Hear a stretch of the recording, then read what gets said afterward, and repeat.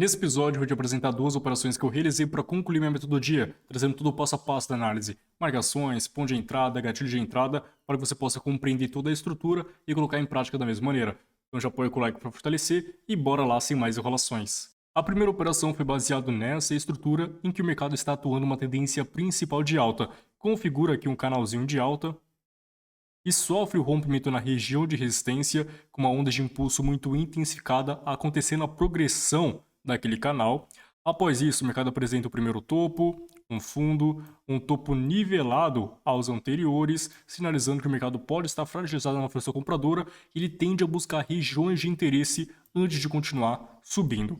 Perfeito. Sabendo que o viés é principal de alta e o mercado está no período corretivo, para buscar regiões de interesse comprador, atingir regiões mais baratas, para que os compradores possam se posicionar com maior força, visando a continuação daquela tendência, vamos buscar essas regiões para poder comprar junto. Dentro de uma tendência principal de alta ou de baixa, a primeira coisa que você deve fazer é buscar regiões de interesse da Fibonacci para que depois disso você possa buscar zonas de confluência. Puxando a Fibonacci desse fundo até esse topo, de acordo com essa onda de impulso de alta, nós tivemos aqui a 7,9% nesta faixa de preço. No tempo gráfico de 3 minutos, observe que nós chamamos essa região de demanda com a confluência da 79%. Dessa maneira, identificamos o alvo do preço. Aí você me pergunta, pô Carvalho, como é que eu sei que o mercado vai buscar essa região de demanda ao invés dessa? Porque essa daqui também é um ponto interessante. Ó, puxando a zoninha de demanda, jogando aqui a Fibonacci desse fundo até o topo, nós temos a 6,8 nesta faixa de preço, uma ótima confluência também. Porém, observe o seguinte, se você puxar o volume de rende fixo do início daquela movimentação até o final dela, até esse topinho aqui, observe que a faixa de volume que concentrou maior negociação é essa daqui. Então é muito mais provável que o mercado vai romper essa região para buscar a nossa zona de interesse antes de começar a subir, porque aqui teve muito menos volume do que esta região. Percebe a ideia? Então, caso o mercado ele volte para buscar essa zona, ele vai buscar a nossa 79 como alvo principal. Então, evito comprar nessa região e espero o mercado atingir nosso ponto de interesse visando a alta do preço. Observe que nessa relação micro, o mercado configura uma onda de impulso de baixa, começa a corrigir, está impulsionando, configurando aquele pivôzinho em busca da nossa região de interesse. Dessa maneira, eu posso trabalhar com a projeção de Fibonacci para identificar os futuros do preço e possíveis confluências com a nossa 79. Estou puxando aqui ó, a extensão de Fibonacci até aquele topo. Observe que a 100% dessa pernada anterior estava nessa faixa de preço, próximo da nossa zona de interesse. Então nós temos uma zona de confluência muito interessante. Quando o mercado atingir o ponto extremo, eu posso comprar visando a alta do preço.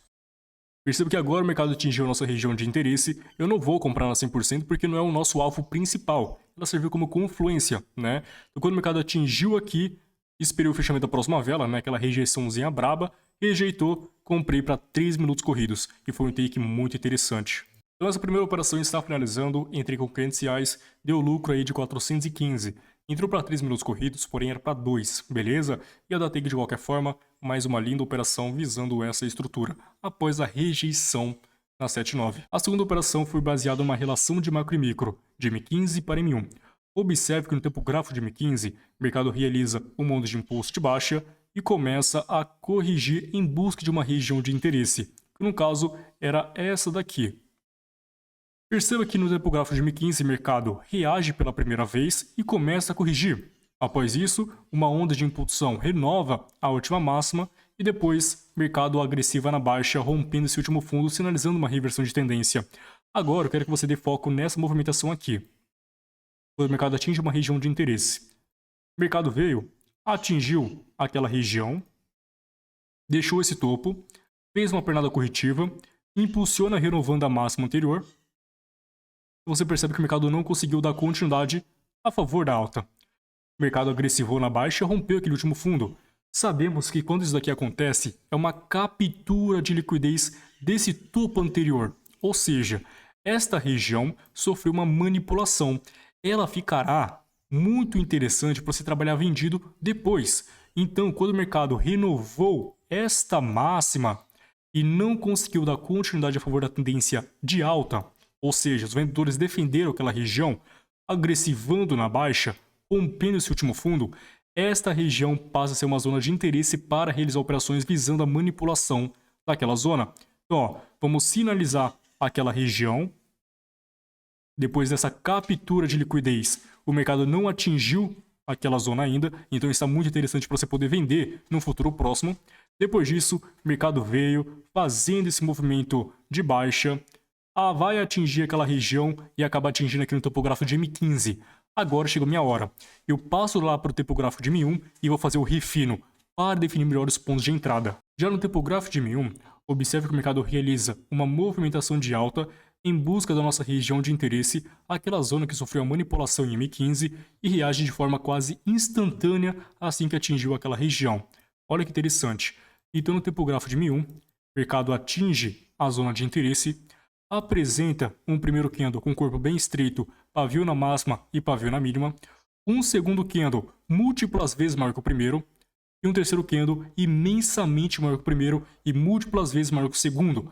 Dessa maneira, tivemos a formação de candles crescentes, que vão se multiplicando a cada candle formado. Isso aqui é ótimo, indica que os vendedores estão atuando e pode acontecer uma reversão de tendência dessa alta para uma nova baixa. Assim que o mercado apresentou esse candle positivo, trabalhando dentro das extremidades desse candle negativo, eu vou sinalizar a máxima e a mínima desse candle.